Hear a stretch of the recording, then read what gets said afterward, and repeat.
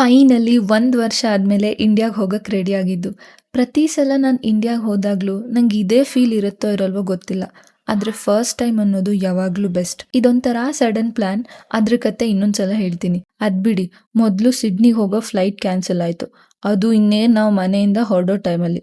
ನಾನು ರಜತ್ತು ಮೊದ್ಲು ಒಟ್ಟಿಗೆ ಸಿಡ್ನಿಗ್ ಹೋಗಿ ಅಲ್ಲಿ 3 ಡೇಸ್ ಫ್ರೆಂಡ್ ಮನೇಲಿದ್ದು, ಅಲ್ಲಿಂದ ನಾನು ಒಬ್ಳೆ ಇಂಡಿಯಾಗ್ ಹೊರಡ್ಬೇಕಿತ್ತು. ಸೊ ನಾವು ಹೋಗೋದ್ 1 ದಿನ ಲೇಟ್ ಆಯ್ತು.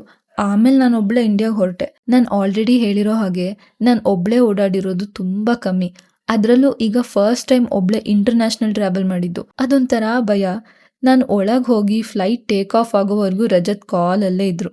ಅಷ್ಟು ಭಯ, ಬೇಜಾರು, ಎಕ್ಸೈಟ್ಮೆಂಟ್ ಎಲ್ಲ ಒಟ್ಟೊಟ್ಟಿಗೆ ಆಗ್ತಿತ್ತು. ಆಮೇಲೆ ಇದೊಂಥರ ವಿಚಿತ್ರ ಫೀಲಿಂಗ್ ಅಲ್ಲ. ಒಬ್ಳೆ ಇಂಡಿಯಾಗ್ ಹೊರಟಾಗ ರಜತ್ನ ಬಿಟ್ಟು ಹೋಗಕ್ಕೆ ಕಷ್ಟ ಆಗತ್ತೆ ಅಂತ ಗೊತ್ತಿತ್ತು. ಆದ್ರೆ ಇಬ್ರಿಗೂ ಇಷ್ಟೊಂದು ಕಷ್ಟ ಆಗತ್ತೆ ಅನ್ಕೊಂಡಿರ್ಲಿಲ್ಲ.